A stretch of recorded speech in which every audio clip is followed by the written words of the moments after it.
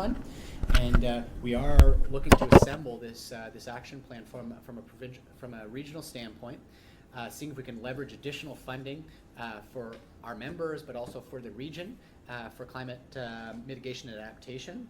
So this is exciting stuff for us. It's an area that our regional strategy identified. So just want to make sure you're aware we're kind of working on this in the background. At this stage, we're not prepared to share with you a decision on it.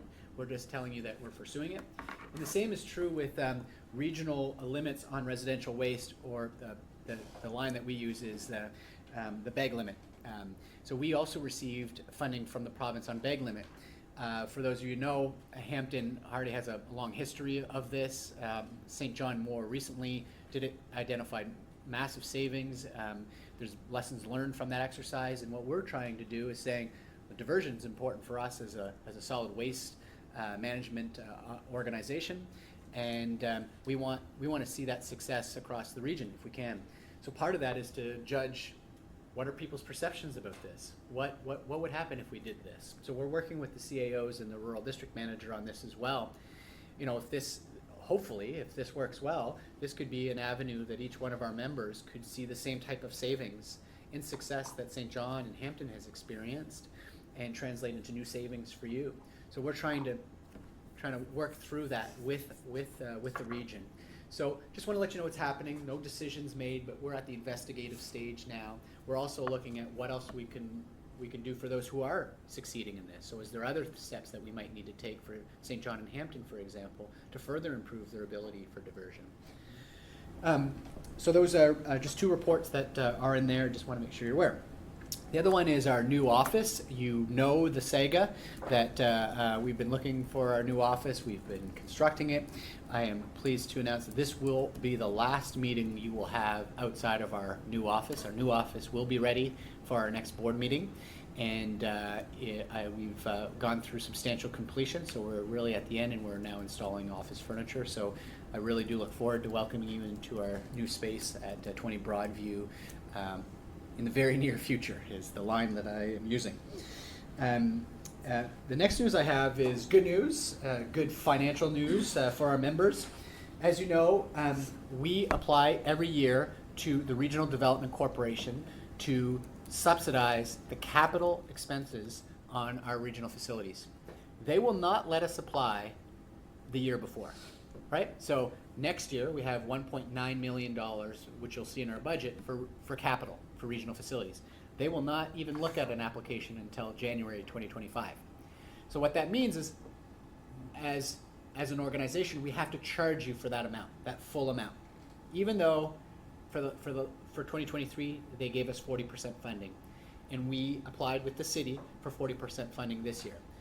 Well, this week we received confirmation that they have approved the 40% funding for 2024 budget. So we had $1.5 million approved in 2024 for regional facilities capital. That approval has come forward. That approval is worth $624,000. So what does that mean to you? What that means to you is that I'm going to charge you less in invoices. When those projects are completed, I will charge you 40% less than what I would have otherwise provided. What that means to you individually in each one of your councils is that you now have budget room. You have available budget on a committed amount. So that budget line would project a surplus by year end, unless we decide to spend it on something else, right? So that's great news. It's basically, I've just said we've just cut off $624,000 from expenditures that were going to be coming from our members. Now this will come for the next 2 years. Capital projects take 2 years to complete, so we probably will only see the first expenditures of this come in next year.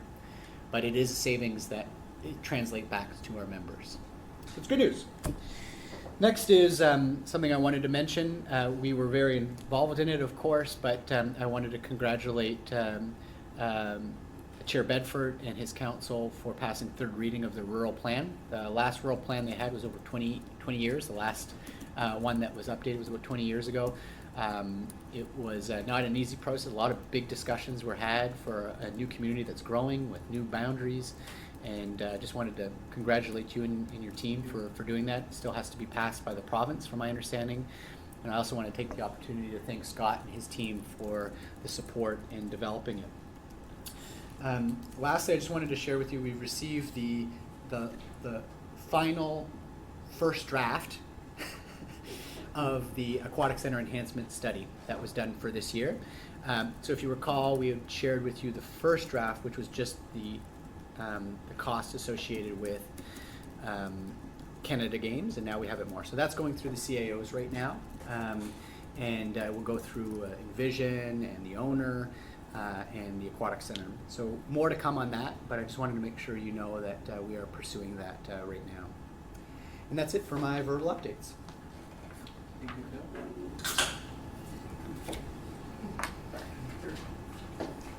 Motion to receive the file field report. Seconder. On the question? Those in favor? Aye. Those against? Motion carried. Thank you, Bill. Item number 4, consent items. Planning and building inspection monthly report. Through the chair to the board, in this case, we'd be looking for a motion from the floor to adopt the resolutions as per the consent agenda. Accept them all. Yeah. So item number 4A, 4.2, 4.3, 4.4. Can I have a motion to adopt the items? Seconder? Second. On the question? Those in favor? Aye. Those against? Motion carried. Reports, presentations, order tracking.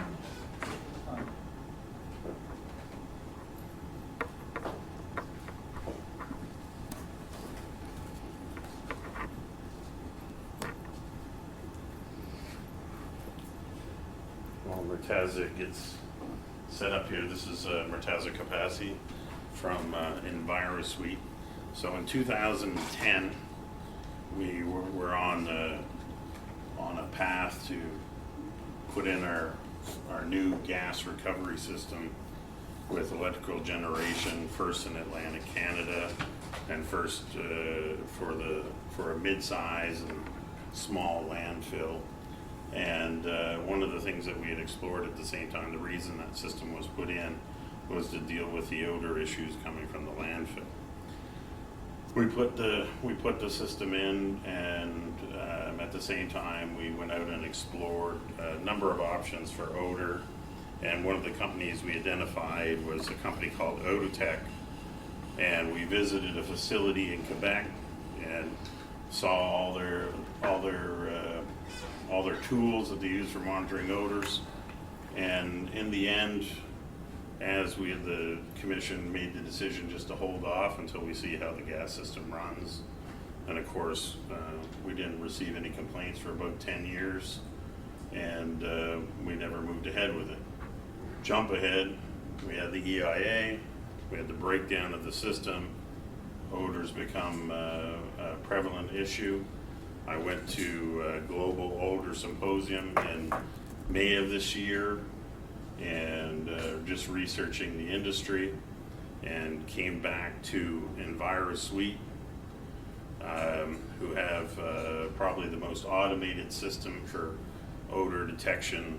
Great package, so I'll let Murtaza look at that, but narrowed it down basically to EnviroSuite, who happened to acquire Odotech. So they've been a long time in the business, based out of Australia, blah, blah, blah, all that kind of fun stuff. I'll let Murtaza take over. That's the context we're in. Thank you, Mark. No problem, cheers.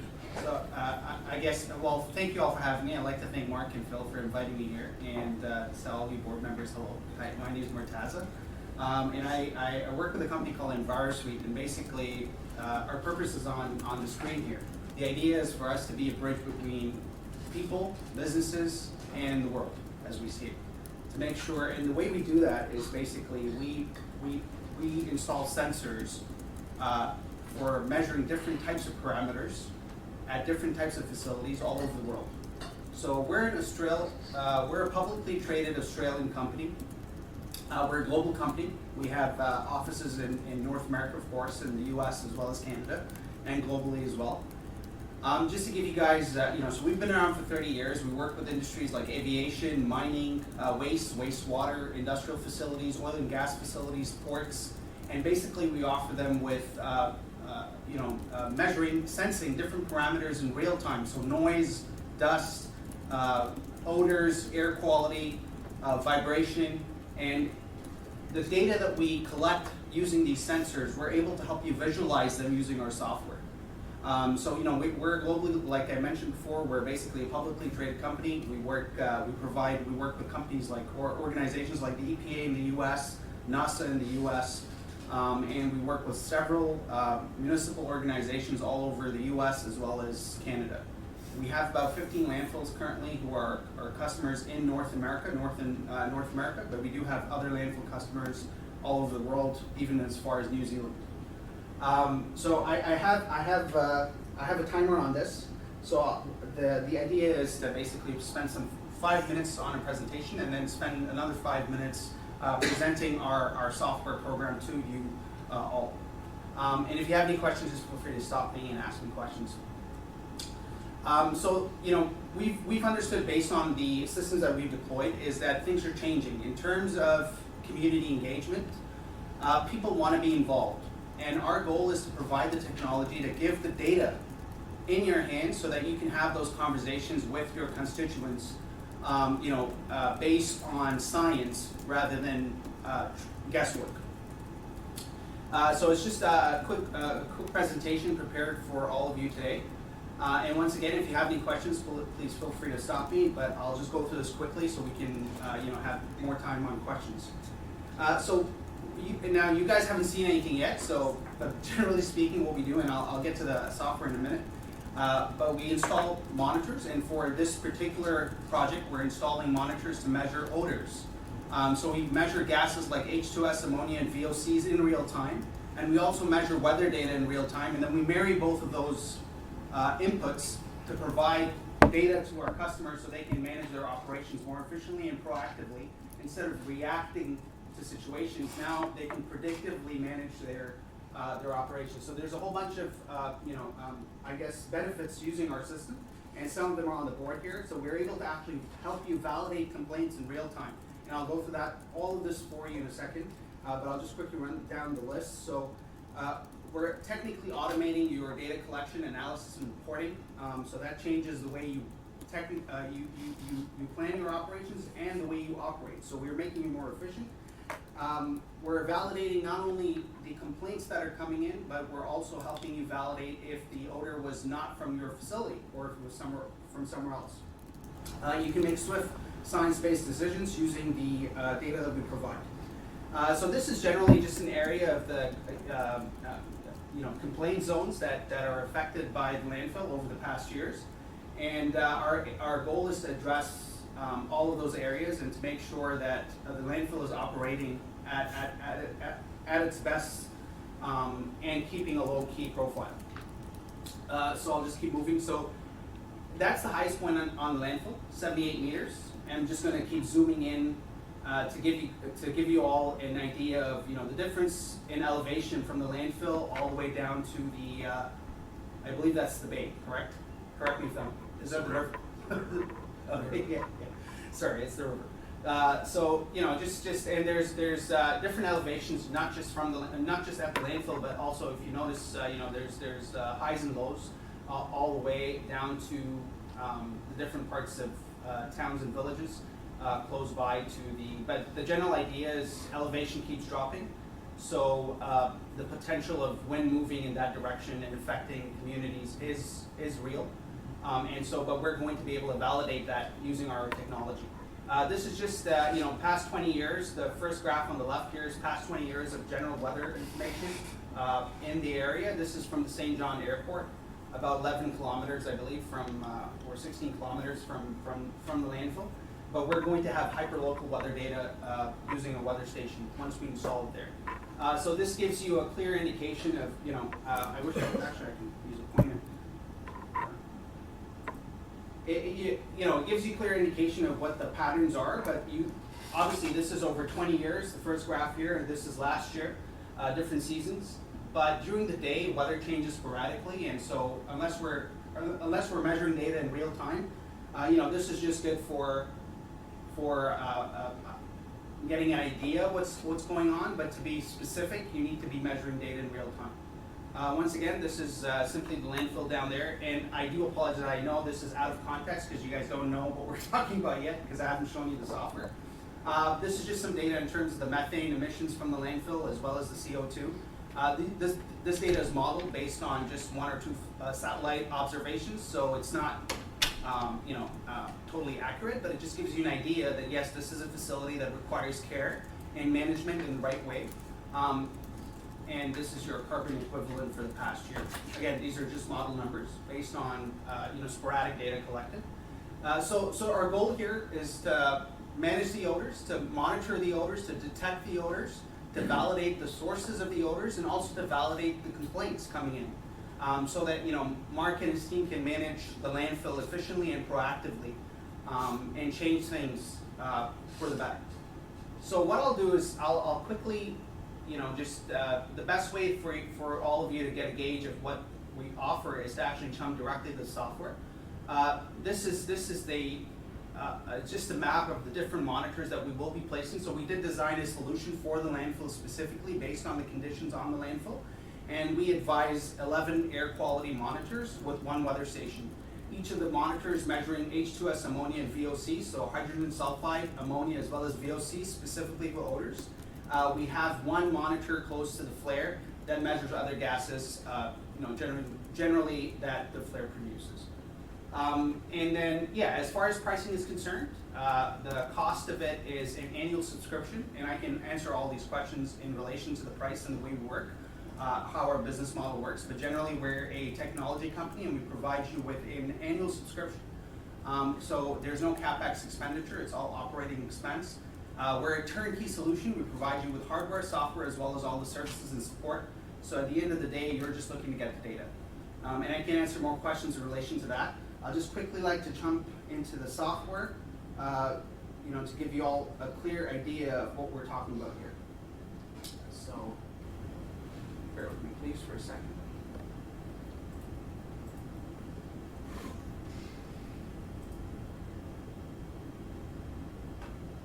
Okay, it's now loading.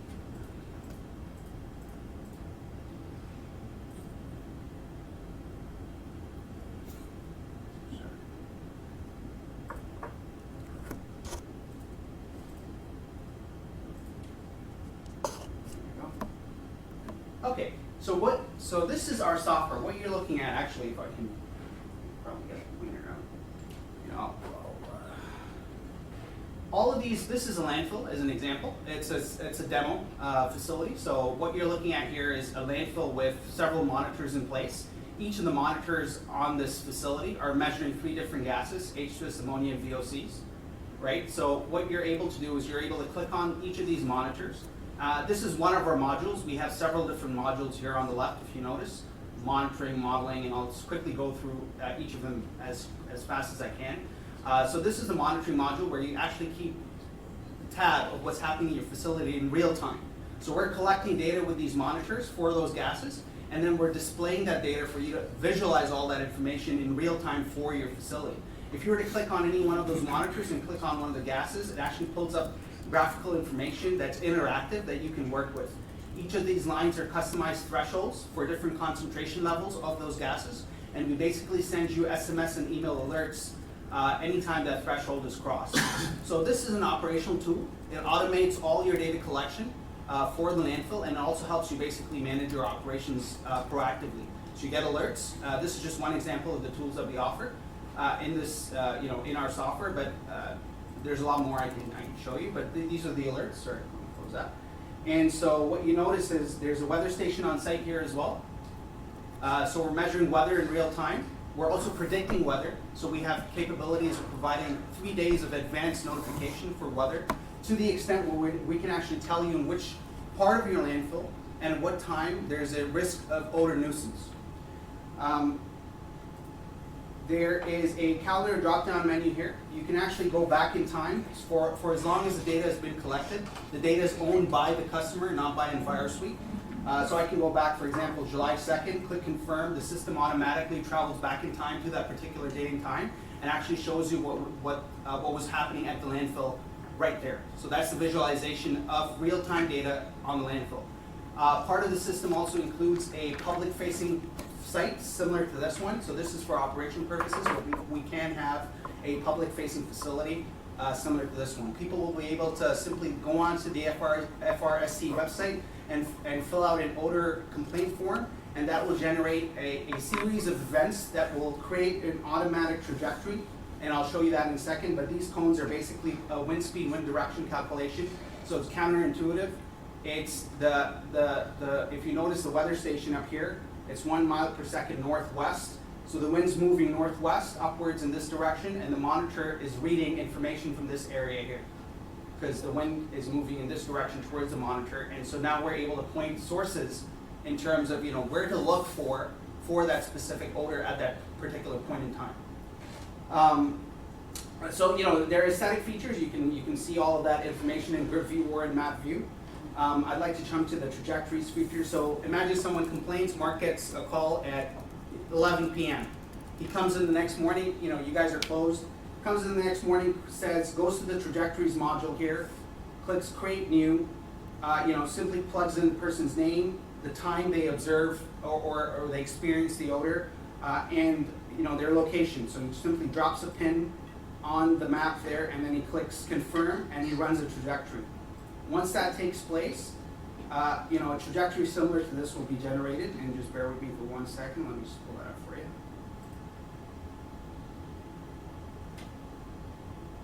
So what this is telling us is that at T-0 is where the person who complained from and at what time.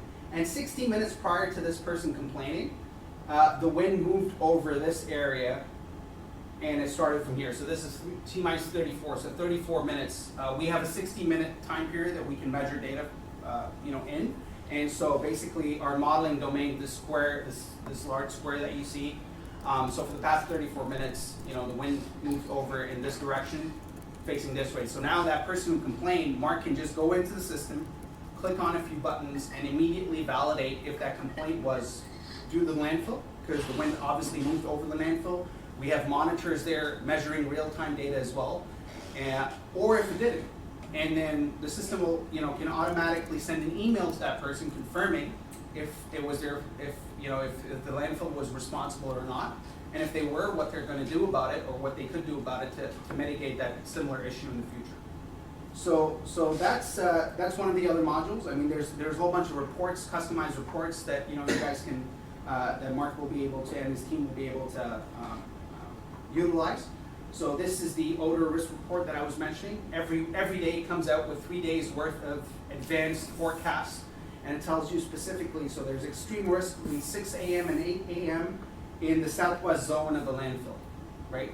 I'll move back to the facility here for a second into the monitoring page. We're able to create something of a heat map on the landfill to help Mark and his team understand, so you see this grid view, we're actually helping them understand emission rates all throughout their landfill in real time. And these are parts of our technology that are just being developed. For example, this here, so we've gridded the whole landfill and we're actually helping them calculate emission rates, and the network is just 9 sensors on this landfill. So it's not 50 sensors that's measuring all of this data. It's due to our modeling capabilities that we're able to provide this predictive information. There's also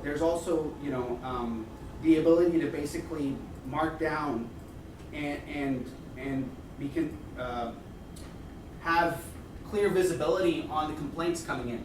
So this is a heat map view of all the complaints for this facility in the past year. You can also see a cluster map view, and then you can actually go into each of these complaints, click on them, and that'll get you to the ticket that's on the back end that's related to that complaint. So basically the system offers a whole bunch of different tools. First, of course, to visualize and monitor your system in real time. You have the ability to have alerts. You have the ability to make all kinds of reports, customized reports. You obviously mark your complaints and the people who are complaining, and you create a map of your complaints so you know how to address them. And basically, all of this data allows you to work with your community and be open and transparent about your operations. And it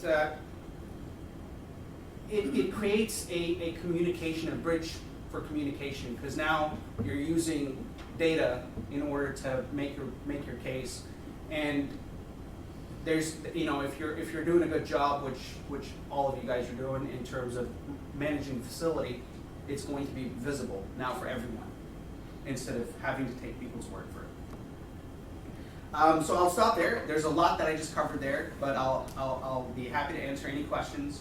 Please, yes. Yeah, so it's extremely interesting. So it's going to validate any complaints, it's going to alert not only the residents, but also staff.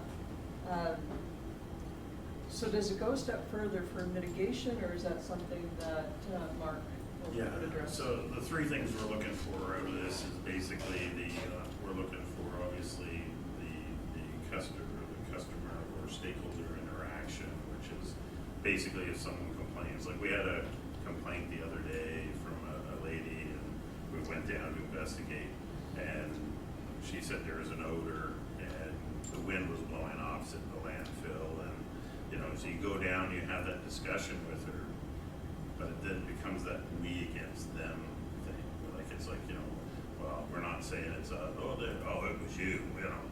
It's not a good place to be. This will help eliminate that because it's, you know, it's automatic data. The second thing that we're hoping it does is that with the sensors in place, that we're going to be able to identify as we're placing garbage where the odors are going to be coming from. So when we're picking up real data, we'll be able to say, oh, okay, so it's kind of localized here. We do an investigation there, we'll be able to use that data to justify any, you know, capital investment required or operational investment required that will allow us to mitigate the odor coming from that area, whether it's put a new well in, whether it's to reinvigorate the cap, maybe there's a, you know, a break in the cap or something, you know, who knows, those kind of things. And then the third thing that we're hoping it does, and this is more on the developmental side, is with the federal regulations coming on landfill gas, the hope is that this will allow us to, you know, meet the compliance requirements, reporting requirements that are going to be required with that new legislation. Right now, we don't know what all that's going to be, but we're hoping that that's what that helps with. So your mitigation question is the second one, which is basically we're hoping it identifies areas of concern and we can take action on them without it just being, you know, kind of like I think it's. So, and just one follow-up question. I've heard complaints from my residents stating that in summer, on these very, very hot days, it's very difficult and challenging to package up their compostables, so they'll throw it in the garbage. I don't know if there's an answer to that, or some sort of a refrigeration thing that. Our argument to that, and again, that's an education thing, our argument to that is whether you throw it into the garbage or the compost, you're still throwing it in a spot and it's still going to have the smell that it has. You have to seal it in a bag and it goes in, and long term though, the best place for it is in the compost bin. We've never, you know, I mean, I do it myself. You're throwing in the summertime, especially you're throwing it in with grass or whatever, you know, vegetate, you know, doing your gardening and taking up stalks or whatever, throwing them in, usually that mitigates a lot of it. But whether you have it on the garbage bag or whether you have it in the composter, it's going to produce the same kind of odor. And the reality is the composter actually provides a little more protection, vector protection from like birds and animals and stuff like that. So if you're hearing those though, you should refer them to the hotline and let them talk to our staff and they can walk them through. Thank you. Yes, please. I have a quick, sorry. I just have a quick question about the air quality monitors and the types of gases that they detect. I know you have a list there, but if you could go through them so that people in the audience can Sure, understand what those absolutely. are, I'm that would be going great. to pull up our catalog here, so we can have some context while I speak about it. So our air quality monitors, they're multi-parameter monitors. So each monitor that we install has the ability, that's it right up right there. It has the ability to measure 5 different gases. So each of these canisters here plugged into the bottom measures a different gas. They're all electrochemical sensors. So they're low-cost sensors. They're not regulatory sensors, which might cost $100,000 each with calibration and maintenance. So we basically provide the hardware, the software, and all the maintenance, preventative maintenance, annual maintenance, training. There's a dedicated customer success manager to not only train all the team. There's no limitations in terms of numbers of users, but basically we hold your hand, for you to be able to utilize the system in the best way you can. You also have a particulate matter counter on top, so it's technically measuring 6 different types of parameters in one monitor. It's solar powered, and data is through cellular communication. So there's no need for investment into mains power or anything like that. We take care of everything.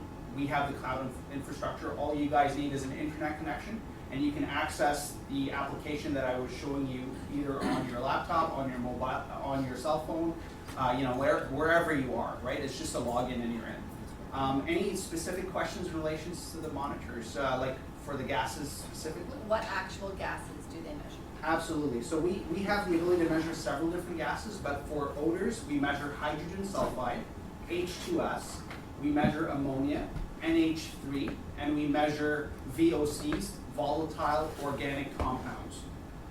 So those are the 3 specific gases that we measure for odor concerns. And for landfills, we also measure methane as well as carbon dioxide. But we don't necessarily need them right away. It takes time to collect the data and to understand the data and to utilize the data.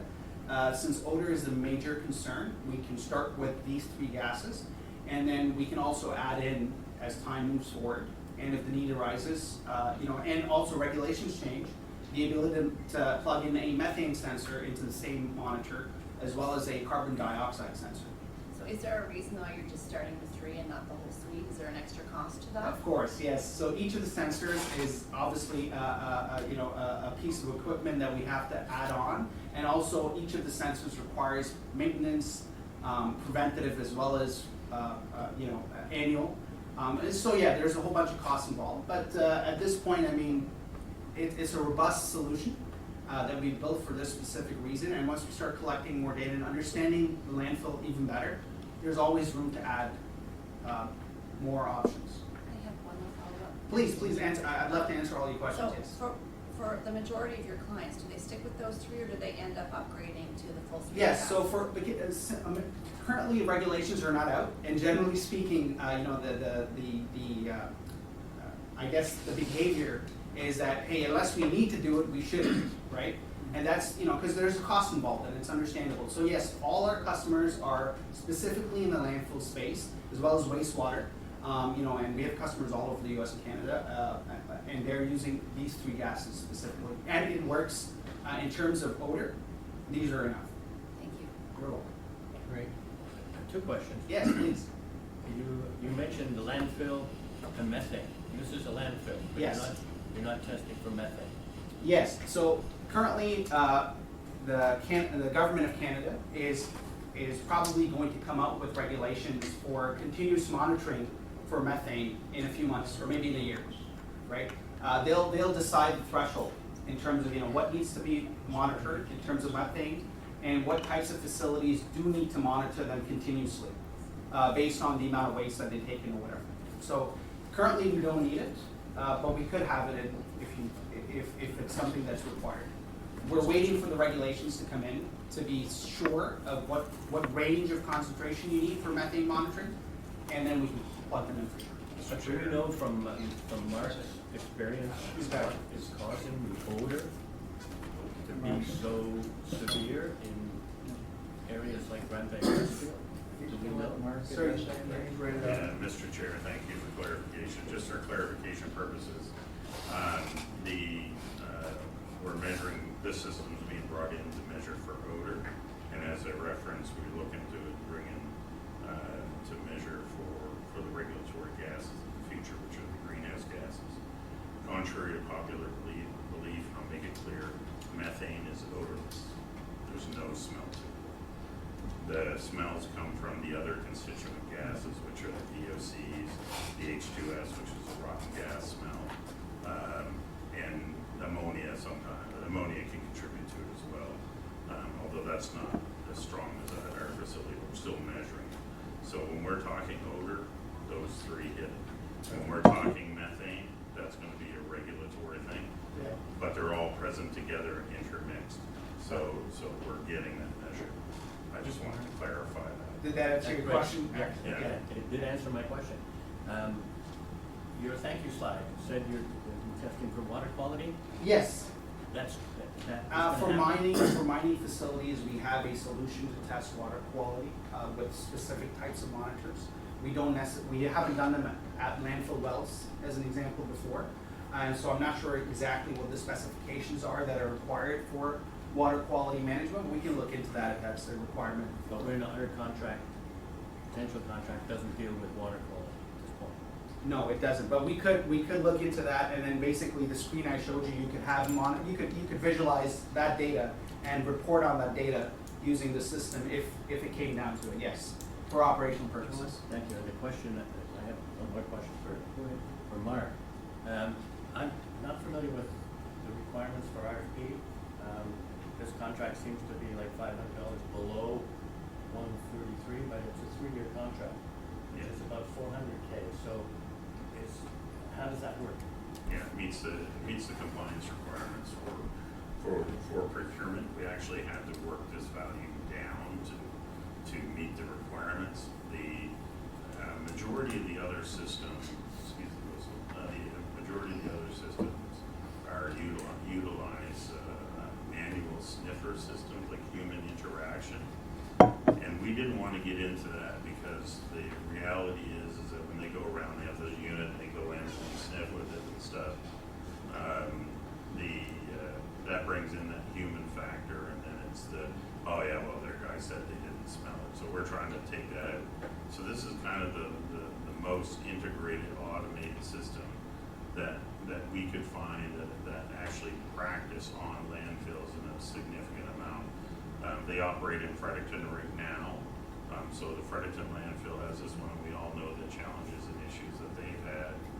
And then, and I think your most recent ones, like Orange County. Oh yeah, we have many, City of London, City of Toronto landfill, City of London landfill, Yeah, Orange so- County landfill, servicing 3.5 million people. Yeah. Yeah. So for procurement purposes, to answer directly, is that we can, if we go out, I'm not using the exclusion methodology on this one. We're just going out and trying to compare apples to apples. This one is the only one that we could find that met the criteria of kind of a fully automated system, and that's why there's only one quote. But like I told Murtaza, if the quote is, we need a system that meets the procurement requirements, and if not, we'll have to go to RFP.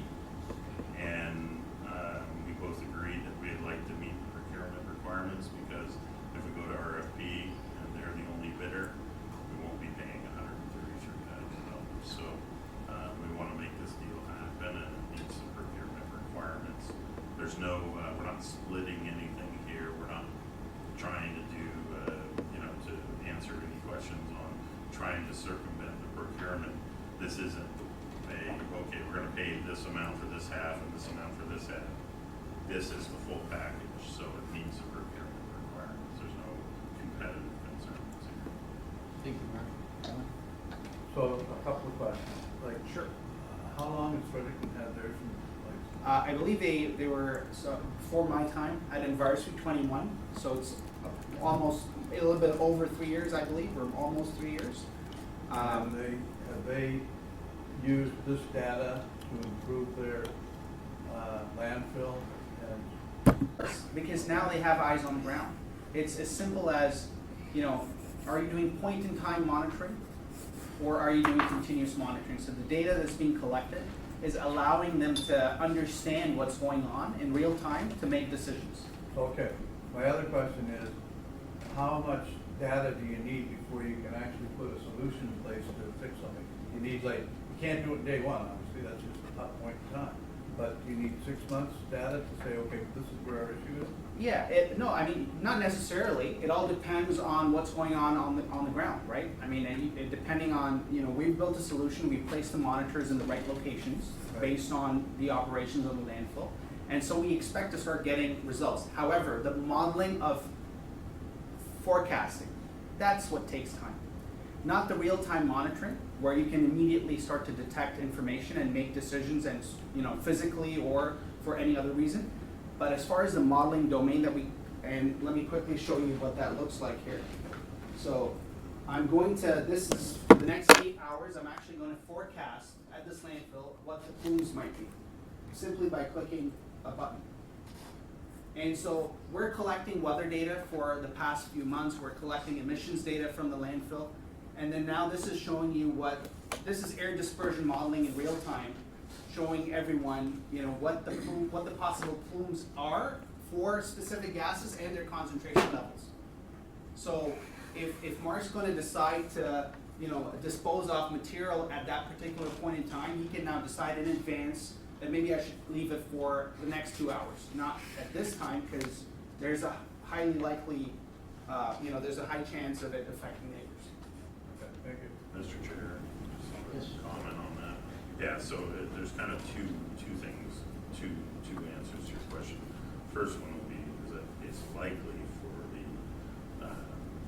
for most of the decisions, the reaction time will actually be slowed by the procedural requirements and regulatory requirements of the commission and the province. So when we identify a solution, we could probably identify quickly where a leak is coming from.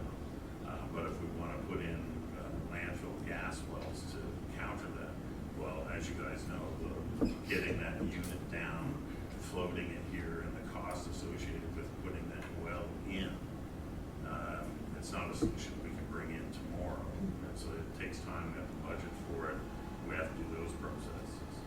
On the other end of it, we also, those decisions can be made fairly quickly, like within a month, you can see, and that will help us populate capital plans and operational plans and things like that.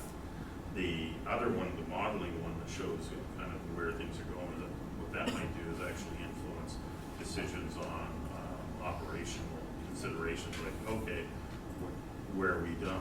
So maybe we're like, okay, we're going to start on the western face of the landfill and work our way back, because it provides it provides a block to the wind coming in, or vice versa. Maybe it's east, so we don't get the visual, but the wind also doesn't hit. Who knows? But we'll see it with that data. That'll make those And decisions. please, to add to your questions, all your questions actually. So this is one of our customers for 5 years now, since 2019, with the odor monitor system. They have the old one as well. This is data from their website, and I'm going to basically zoom in here. So this is their complaints data from December 2019 up to January 2024. You notice June 2020, 800 complaints a month. So we installed our system here in September 2019. Over 6 to 8 months, they understood what was happening. They figured that the cover that they're using at their landfill, which is advertised as the best cover in the world, called Posi Shell, doesn't work. So the assumption was, hey, Posi Shell, it works, it's great. It took them a while. That was just one of the things they figured out, but they basically switched their cover.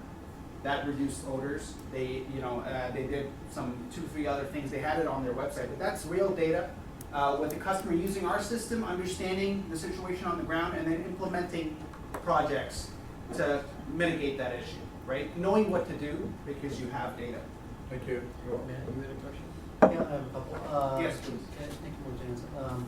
One of the questions relates to the sensors, and I'm just wondering, like, when you look at the diagram that you have here and where you're going to place them, I'm wondering why you don't have one off-site to try and validate the information that you're predicting, because of course you're going to have somebody down in a community and say, yep, we got a complaint. And all of a sudden you're saying, well, we modeled it and it's not going down there, but they're still getting complaints. Yes. So how can you prove that you're not going off-site when you don't have any sensors off-site that can validate what your model is saying? Yes, so that is a great point. So there's two parts of it. There's the weather data as well as the emissions data. We will have weather information from off-site, but we won't have specific emissions data because we're not measuring any gas out there. However, currently, there is a cost restriction as well. So I mean, I would love to add more monitors and increase, but it's going to cause the budget to inflate. But this is if it's required, this is an operational tool. It's not a community like policing tool, so to speak. So eventually, if there's a need and we figure that there are still complaints and the answer is not available, and obviously we work continuously with the team through our customer success managers, we will recommend that. And so there's always options and there's room to add more monitors. You guys have the best system possible in terms of robustness and capabilities. It's just a matter of adding more monitors if required, when required. We could also, add monitors in the future at the composting facility, as an example, or wherever else, right? But right now, we're focused on the operations of the landfill, and given everything, this is where we are today. Yeah, I think it's important when you're dealing with the public to let them know that that these sensors aren't actually measuring odor, they're measuring Correct. concentrations of gases. Yes, sir. And everybody's response to a concentration of gas can be different. It's correct. So when you're putting your limits on there, so you have your green, your yellow, your orange, I'm assuming you have the most sensitive person, or is it the average person? Yeah, so those are customizable. Yeah. You can decide based on your experience of being on the landfill. Hey, if it's 3 ppb right now, Right. does that smell like something new? And then we can sort of work with that, continuously play with those numbers and those concentration levels to get the right indications. We can figure out over time what the weather does. When is it that the complaints come in? What's the wind doing at that particular time? What time of day is it? What's going on? And are there weather inversions? So over time we build all this data and we understand what that looks like. Let me, I have something here that would sort of add to that as well. So we're looking at, it's just something to I mean, there's a lot that can be done with the data once you collect it, and this is just an example. Sorry, bear with me for a second, please. One of our other landfill customers is doing this, and so that just adds to your question here. Mark, we had a comment though. Yeah, just please on, just ask on me the any questions. offsite, Yeah, while sorry, I- Murtaza, Sure. yeah, just on the offsite question, so we did have a discussion on it, and I guess it became down to us is sitting there, if we were kind of, when they did their assessment of the area, they did identify other possible sources of odor within the spectrum, and so what we didn't want to become was the identifier of where the odor's from for that day. It's not our role. Our role is it coming from the landfill? So, because immediately what ends up happening is, let's say we have our data going on, and we have our monitors on site, and it shows that it's not going down into the community. Then there's a monitor in the community showing, but there's gas down here. Then That's what people, I'm referring to. You've got a large swath of land that's Yeah. undeveloped. no, I understand. You've got Lock Elbow, so if you get one of those, if you had a monitor down there to validate, you know that it's probably coming from there. This is undeveloped. Maybe, but it's again, it's probably more of an experience rating. The community's so close that it's, again, to Murtaza's point, we could look at it expanding it, but I don't want to be the facility that has the monitor down there, and they say, well, there is an odor. Where's it coming from then? That's not our role, and I want nothing to do with that. So, yeah, we're not going to do that. That's not. Is it coming from the landfill or not? That's kind of our argument to it. And if other facilities want to, chip in and do that, then we'll go in with them and do it. But right now, we don't plan to do that.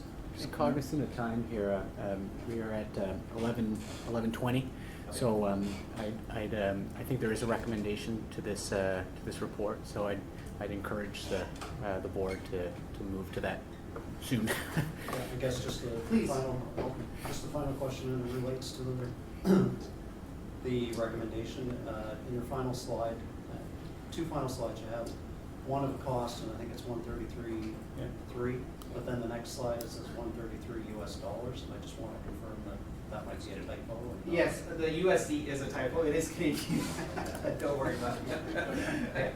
And that's sort of just part of my question, Sure. whether those two slides, one says 11 air quality monitors, et cetera, et cetera. The second one says 13. Yes, And- so this is the correct slide. I should have moved forward to the next one. I do apologize, I have to change that, but I had to squeeze in to, Okay, so I should disregard the one that says 13 air Yes, quality ma'am, monitors. I'll actually, exactly, I'll just change it right now, so it's 11, and then that should do it, and that's CAD right there.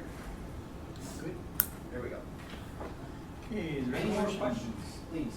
that the board approve that the Fundy Regional Solid Waste Commission enter into a contract with EnviroSuite Limited not to exceed $133,330 before taxes after and as presented to the funded from the operating fund with a surplus in 2024 and to be included in future budgets as a term of the contract. So Move. Second. On the question? This actually is not just an annual contract, this is a 3-year term. Right, it's not mentioned in the resolution. Yes, I'd like to expand on that. So we generally offer a 3-year term, but you have the option of providing a 30-day notice before the renewal of the second term and cancel the contract. So you have an opening there as a customer. Most of our, I mean, we're not worried about it because our goal is to be a long-term partner with you guys, but Appreciate that's, that. yeah. But the contract we're about to sign is a 3-year contract. Yes, sir. With the ability And to, which is not mentioned in the resolution, I don't think it mentioned. No. it's not referenced. mentioned. It says just per annum, it doesn't say for 3 years. No. You're right. So this is a 3-year contract. So we have a motion on the floor. I thought we said term of the contract in the motion. Pardon me? Ray, were you asking to amend it to $133,330 For a period of 3 years. for a period of 3 years? For the term of the 3-year contract, might be the terms. But I would accept that as a friendly amendment to the motion. Okay. Everyone sort of agrees on that? Those in favor? Aye. Those against? Motion carried. Thank you. Thank you, Mr. Chair.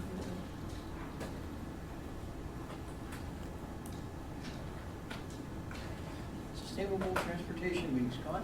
thank you all, thank you. So this one, catching that. Second.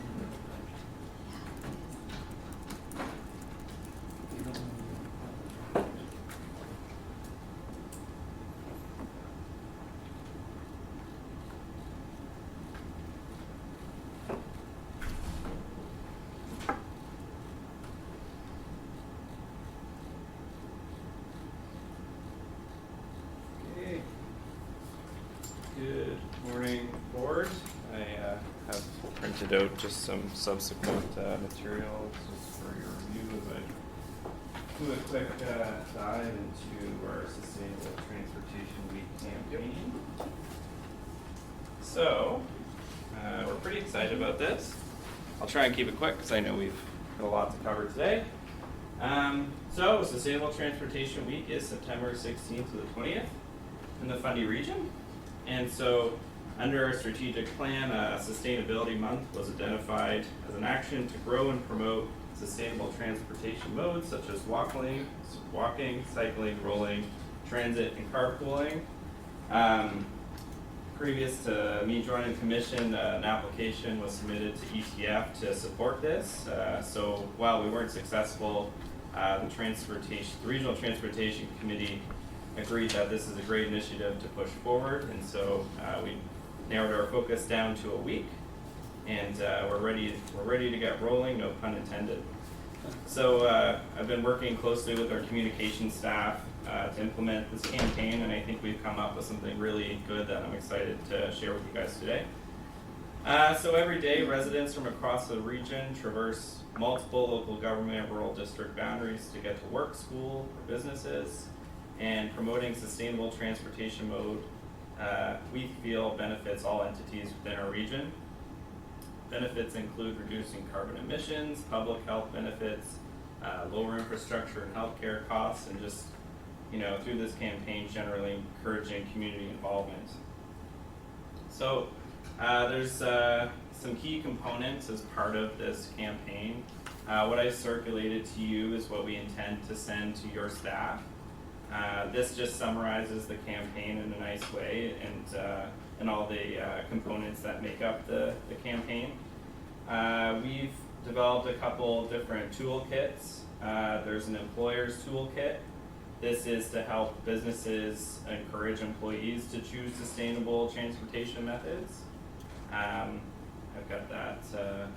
I'll show you the website in just a brief second here, but we've also got a bike, walk, bus starter kit. So a bike or a walk bus is a way for community members to get together and sort of help them organize, a group that could walk to school. It's more geared for children, so I think it's more for mostly to get to school, but you could use it in a bunch of different ways. So that's another toolkit. And then another big component of this campaign, we've got a social media challenge. So we've developed posts for each day of Sustainable Transportation Week, and it'll highlight a different aspect of the benefits of sustainable transportation. And those are going to be shared on our page, and we would ask that you can share them on your local Facebook or Instagram pages as well. So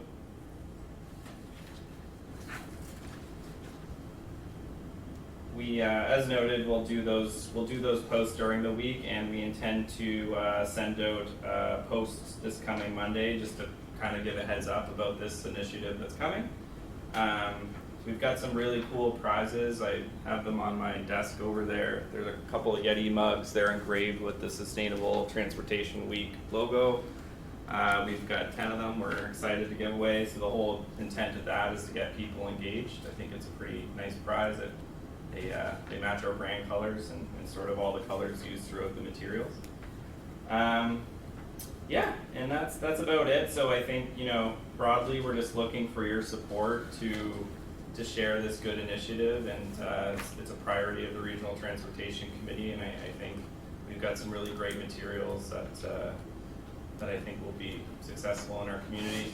This is the first year we're doing this, so where I think we spent a lot of time on the materials, but as we do this every year, we can come earlier and try and get the engagement higher. But I think for the first year, we're pretty happy with the materials we've prepared, and we're excited to get going.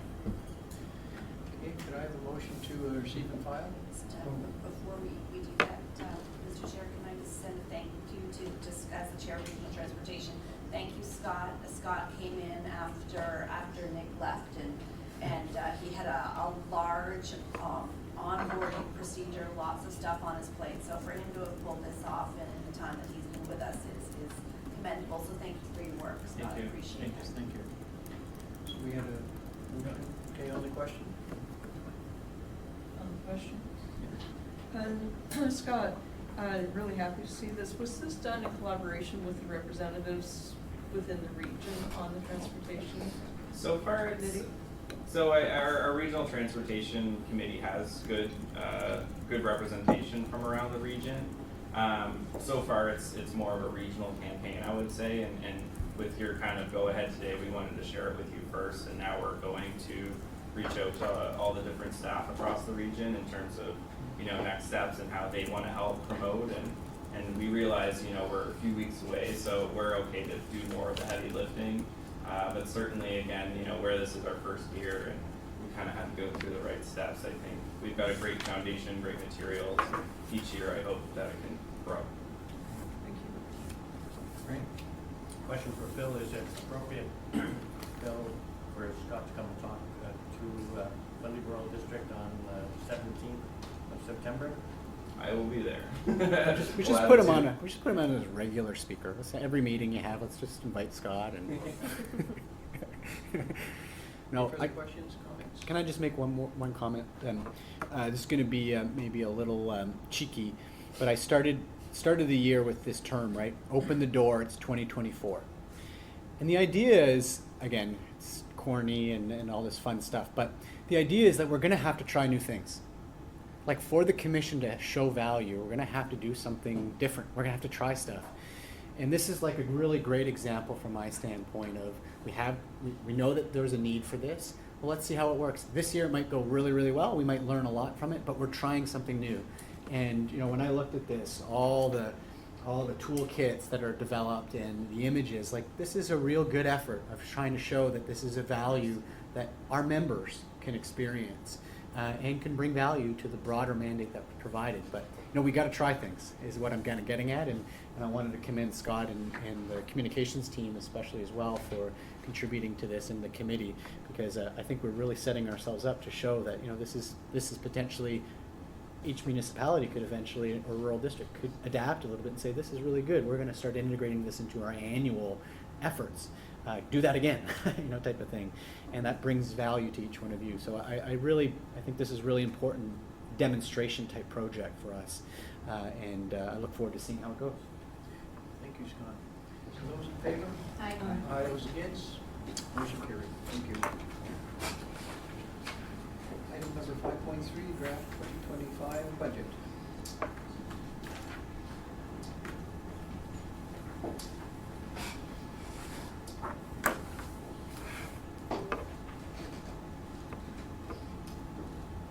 Okay, I'm going to go through this. I haven't been feeling good since a closed session, so I'm going to try to go through this slow, and bear with me if I'm a little bit slower than usual. This budget has been took 6 months to develop. We started back in February, and really today's opportunity is to review this budget with you and to get your feedback. It's really what we're looking for. It's important for the FRSC staff who are really involved in developing this that there's two important things that the budget delivers. One is it allows the FRSC to fulfill its mandate and deliver value to the Fundy region. But secondly, it is this commitment to maximize the GMB funding landscape we have inherited to reduce the burden on our FRSC members. So that's the two big things that are happening in this budget for me, is like value and value. Both financial as well as the programs that we deliver. So I'll get started. We are guided by the vision that's established by our regional strategy, as well as adopted by the board. When we started this year, the board established the focus areas for the year, and these are the focus areas that are really guiding the development of this budget as well. And as we shared earlier, it's important for the board to champion this regional collaboration that it's being established through the commissions.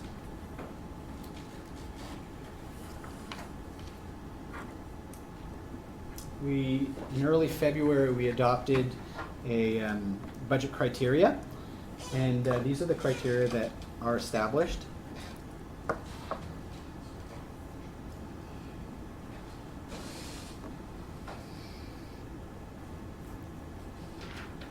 I'm sorry, I'm not feeling very well.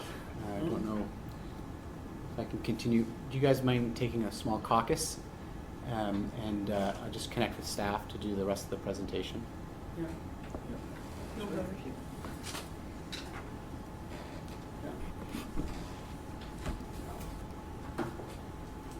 Mark, you mind coming outside?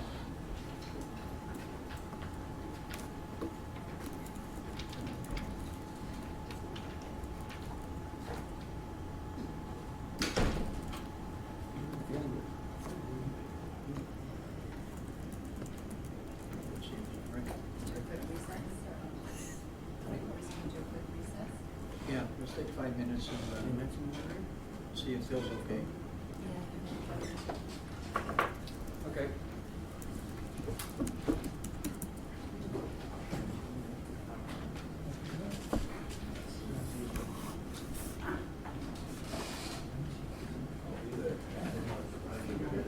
I'm gonna be there anyway.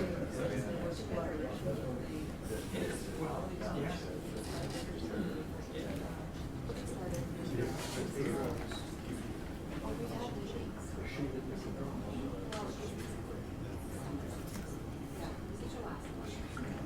I think there's, you know, I kind of thought about this. Certainly, I think that's why, you know, carbon is like for your district, right? So there are options, I Yeah, guess. so I mean, I kind of, he's like, you know, maybe walking or something isn't necessarily like, but to get around the peninsula, you know, right? Yeah.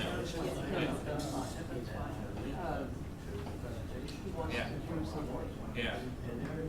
Yeah. Yeah. Yeah. Yeah. It's nice to hear you. No. Yeah. That's part of sustainable transportation, we did some work with that, and I actually. There's also, I was like, sort of some kind surprised of that, web like, this, volunteering initiatives on this has been to the board, otherwise I would have liked to have seen this gone out to the municipalities. All okay? I know, I don't think there's a lot of Yeah. updates right now, but it's Just going on with Mark, that's the thing. We're not doing anything today, this is just a presentation. Just kind of Yeah. go through it Yeah. quickly, and that's good enough.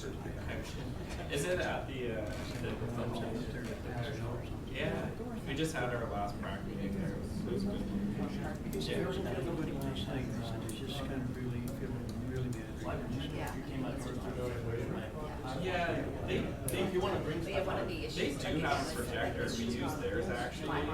The screen is when you walk to the right, so it may not be in a good spot for you guys because I know you have. Yeah, you could. And like, so if you want, I could kind of bring up some of the materials because they're really nice. I know, right? So Maggie's doing a lot of work. You know, that's kind of Was involved and we created some really nice visuals.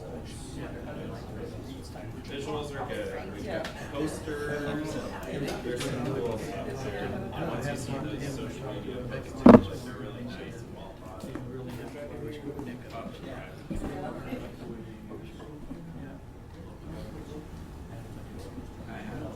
I know. You're another entity. You guys have You're a very important man. Well, we have, Like we have a lot of practice. Yeah, so I think I'm just gonna go through the points. We're just looking for. Yeah, there was a couple, we had So a if you have good any conversation questions, with this nice lady, I forget her name. She was quite engaged Just though, kind of go like through it.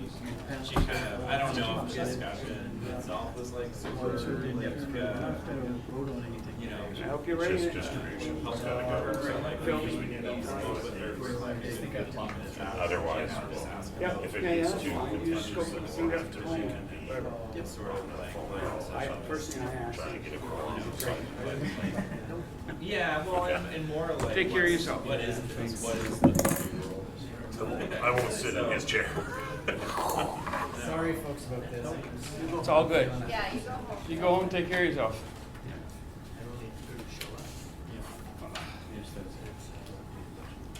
Okay. Now, if you really give Mark, Yeah, that's right. Your chance to get me now. all right, we'll reconvene this meeting, thank you.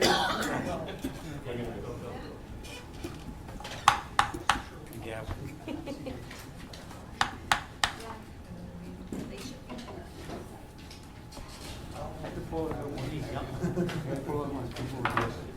Mark, I might be calling on you. Okay. Certainly gets your attention. You want me to go up there with you? Yeah. We'll get through this. Okay.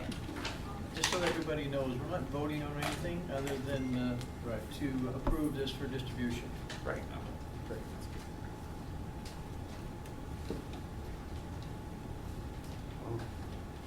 Got the two marks moving up front. Yeah, that's right. Oh, Yeah. geez, dangerous. I got a 12:30, so it's 12 o'clock now. We'll get this through this in 20 minutes. That's the plan. I read that first word as a criteria of criminality, but it's in. Jesus. Excuse my language. All right, we ready to roll? Yeah. Okay. So the criteria for, budget criteria for this was developed in February this year. And not only included the criteria, but a timeline that you would have seen in your agenda packet that guided our budget process this year. And this, the whole process was developed with transparency and predictability of the budget development process, to slowly build an eventual budget recommendation. I wish it was slow in our end. This included a budget summary report at the July FRSC board meeting and recent more detailed briefings and collection of feedback from the executive and the regional group of CAOs and the rural district manager. The full breakdown of 2025 budget proposal aligns with the 7 budget development criteria is available on pages 67 to 71 of the package. The draft 2020, I don't know the slide, yeah, so. Sorry. The draft 2025 budget is proposing to increase the broader FRSC budget envelope from $19 million to $23 million, which accounts for an approximate $3.6 million increase. Of this budget, 90% of the expenditures originate from the big 3 departments, which include solid waste, economic development, tourism, and then the regional facilities. This $3.6 million increase in overall budget is generated through the following departments, but notable impacts include $1.8 million in solid waste as a result of additional capital and operating, leachate treatment and disposal, asset retirement obligations, paying down the principal, among others. A new $1 million in regional facilities driven by the increase in capital costs, as well as the next phase of aquatic center enhancement design. However, this broader increase in budget does not signify an equivalent increase in membership fees. The following slide, is that this one? Breaks down membership fees, which excludes solid waste expenses, as those are covered through our tip fee, and also integrate the expected funding from the Regional Services Support Fund. A couple of observations on this table. First, it was an important accomplishment to introduce a net decrease in FRSC memberships in 2024, all the while increasing the overall budget by $2 million. And we'd love to maintain this accomplishment into 2025, but our ability to complete that was mainly the result of additional unused RSSF and existing eligible expenses under the funding program. We maxed out the RSSF in 2024, so we only have approximately $850,000 of new and unused RSSF to apply for in the 2025 budget. Second, while we shared the drivers of the broader $3.6 million in overall budget increase, what accounts for the $1 million increase in memberships are $400,000 of the next phase of the aquatic center enhancement study, $200,000 for regional facilities core funding, which are ineligible for RSSF, $100,000 for economic development and tourism, $100,000 for aerial photography, which was an initiative of the CAOs, $65,000 for added capacity for employees, $44,000 for a social mandate coordinator, and $175,000 added administrative resource capacity, consultant support, and partnerships. As mentioned previously, the FRSC is tirelessly and creatively maximizing access to the GNB funding landscape, and part of the 2025 budget includes all of the irons in the fire, as it were. We have to translate more savings into more savings to our members in the 2025 budget.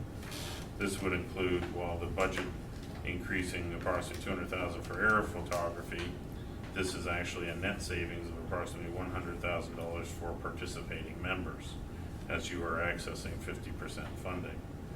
2 active funding applications, which could be announced prior to our final vote on the 2025 budget, is the first one's to reduce membership fees by $300,000 to support the Aquatic Center Enhancement Study.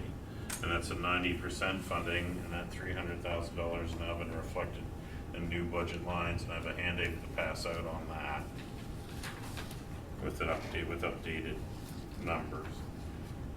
We also have the opportunity to reduce membership fees by $44,000 to finance the social mandate coordinator. $700,000 reduction in member fee expectations in the event the RDC funds the regional capital facilities capital in 2025, as in the case of 2023 and 2024. We have the potential, but we can only apply for these funds, as Phil alluded to earlier, in the first of 2025. So unfortunately, we can't anticipate a budget, so we have to put the expenses in the 2025 budget, but hopeful that we can receive that 40% funding, considering we're the only ones with these regional facilities. So it's a good opportunity for this year as well. And if successful on these savings, it should equate to a neutral net member fee impact for FRSC members in 2025. We're currently tracking over $3.8 million in GMB funding to support our operations in 2025, which will be the highest volume of funding access since receiving the new mandate, and 2.9 of which is funded from the RSSF. So, and I know the contention there. Solid waste, we're proposing an increase in tipping fees to cover the cost of inflation. This is strategic in nature, even though we're experiencing savings and things we've been borrowing for the construction of cells, which are only having 3 and 4 year lifespans, and we're borrowing for short-term equipment, which are in the 5-year lifespan. So at the end of the day, we're trying to not borrow, and so we don't anticipate any reduction in tip fees. We plan to just be covering the cost of inflation on tip fees for the foreseeable future. That will be the goal by inflation, and to build our reserves as warranted. That would be our recommendation. Anyway, but we're not in that situation yet.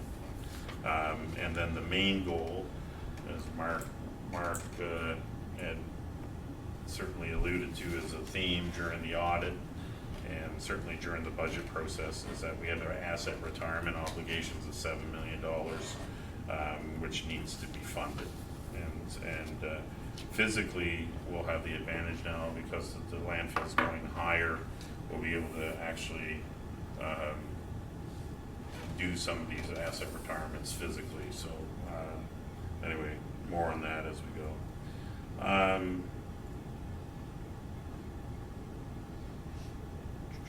So this year, what you will see in 2025 is a 3% inflationary increase, which equates to the $4 increase in tip fee that we're recommending. It's the only change that we have recommended for tip fees for our full spectrum. As the primary drivers, as previously mentioned previously in our costs, primary drivers for this year also include, in addition to asset retirement, more capital in operating, which saves us in the long run because of the impact on interest and capital borrowing. So we're spending over $300,000 out of operating. We also have had response to feedback from our EIA process, which we're actively including in the budget. So as stated in our last meeting, we are proceeding with the height augmentation, and this invites us to introduce responses to that feedback through financial investment. This 2025 budget includes approximately $550,000 across 6 key areas, including odor and leachate management, improved public engagement, improved diversion, a new host economic development fund, and additional budget to support litter pickup in and around the landfill. Our proposed $1.9 million capital budget for 2025 outlined in this page, which includes equipment replacement, aeration of leachate, and upgrades to our maintenance facility. The full capital budget includes the purchase of a vehicle for planning and building operations as outlined in the open report. It is important for me to convey, or for us to convey to you, that the budget is not just expenses and revenues, because the outcome of this budget will deliver enhanced value in line with the regional strategy. This includes preparations and supports towards the 2029 annual Canada Games, greater capacity around regional climate planning and truth and reconciliation efforts, regional risk assessment and implementation of rail traffic and safety committee, a new series of programs and efforts to support our solid waste service through its next phase of value and impact to the community. So we saw one of those in the prior presentation. And then continued partnership and rigor and the delivery of regional facilities and economic development and tourism. Mr. Chair, that's the conclusion of the presentation. Thank you, Mark. I'm sorry I read it basically verbatim, guys, but. So you've heard Mark's report on the budget. Broken down under 3 items here. Direct the FRSC to include the draft 2025 budget as presented in this report to initiate the 45-day budget notice period. Can I have a motion? So moved. On the question? There will be a vote in October on this budget. Yep. One of the things I'd like to do, if I want to make an informed decision, is get some details on the purchase of the new employee vehicle, because I know we have 50 vehicles already. I'd like to see if that's justified, and whether we've looked at leasing. There's cost, there's insurance, there's fuel, but I'd like to see some justification before I make a vote on that. Yeah, I think and you will, the right now, I think that part of the capital is funded under reserve, and you guys have 44,000 in the bank right now. That was part of the original intent to purchase a vehicle. It was originally around the building and inspection. And so it was the opportunity, because at the time, the decision, it was a discussion around, and then Brian ended up retiring, it was a discussion around him buying a new vehicle for himself and taking mileage, or us providing the vehicle for the service, which, typically companies do. We don't, we're not gonna go and ask employees to run their vehicles to run the service unless they wanna do so voluntarily with a return on, mileage. So, and I think we run into the situation now where, the employee feels that they want the vehicle instead of the expenses. And that's where we're at with that. Okay, but and the vote is gonna be funding St. Martin's and funding Rural District on that. Yeah, I can't answer procedurally, I'm just, So, but I'm just saying that's Do where, you have more background? yeah, Phil and Scott and the group should be able to provide more background on that. But I just wanted to give you kind of the update. The money's already there. It's not part of new funding, it's in the reserves. Second question. Yep. I noticed one of the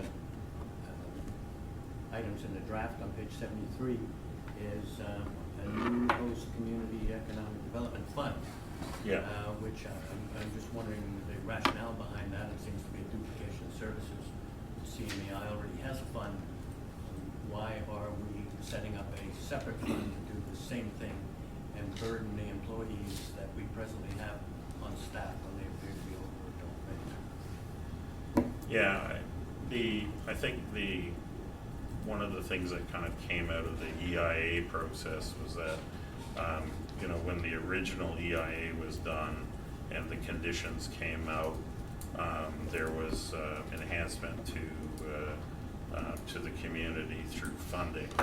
And now the EIA came out and they didn't have any conditions on enhancement to the community, but as a staff, we felt it appropriate to include enhancement, and that was the discussion.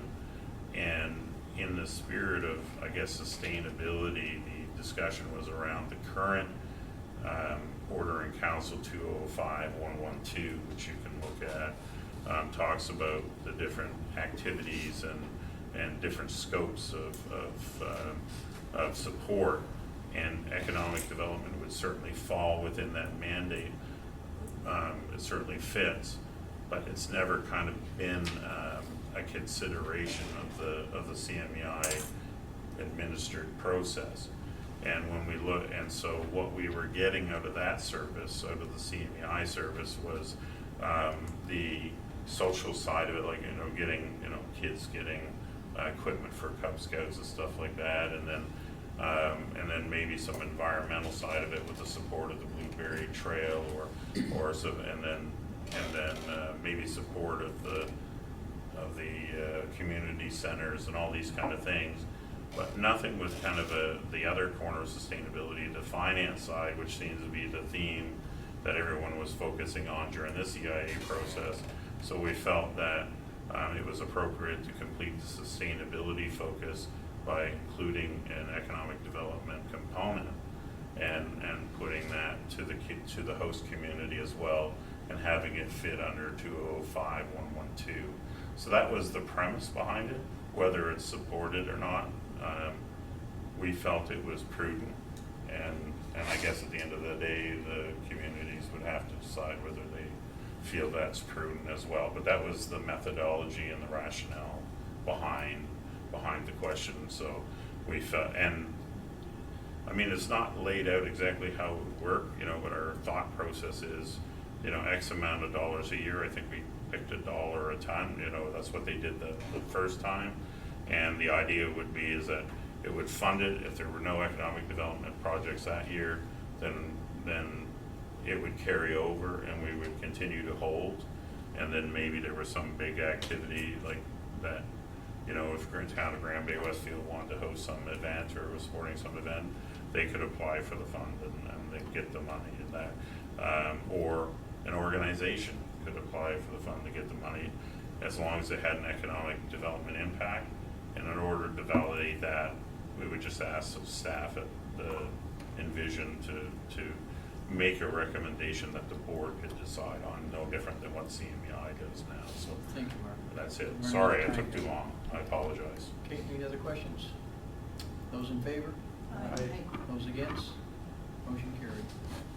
Item number 2, direct CEO-elect to proceed with present the draft 2025 budget to each FRSC member, council within the 45-day budget notice period. So moved. Seconder? Second. On the question? Aye. Those in favor? Aye. Those against? Motion carried. Item number 3, authorize Chair Jim Bedford to submit and finalize the FRSF investment plan, which integrates and the assumptions outlined in this report. Seconder? Second. On the question? Those in favor? Aye. Those against? Motion carried. Thank you, Mr. Chair. And the last one.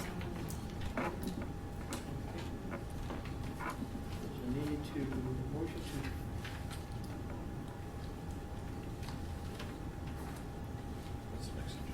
What's the next agenda item? It's item 6, which is correspondence. There were regional facilities letters attached to the package. As far as I understand, they were just the letters that were sent out to notify that we were going to be including their requests in the budget process. Motion just to receive and file. On the question? Those in favor? Aye. Those against? Need a Motion seconder. carried. Second. And may I have a motion to adjourn this meeting? So moved. Nobody was at the table on that one. That was quick. Meeting adjourned. Thank you. Thank you, as well, John. Perfect. Sorry for holding you up. Hard to hold a good man up in a joint, huh? All you gotta do is put the feathers there. You gotta do what? You do the feathers there. You gotta go. Thank you, Mark. Yeah, you stay healthy. Jim, I have the checks here for you to sign.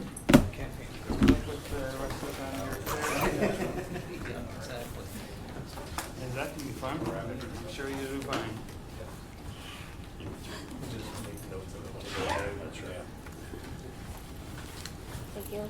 Thank you.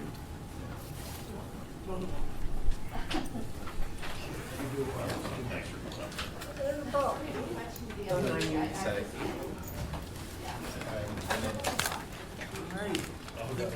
Those are the zip relocations. Head down and read. Just read. Take care, buddy. Thank you. You're welcome. Didn't answer any questions.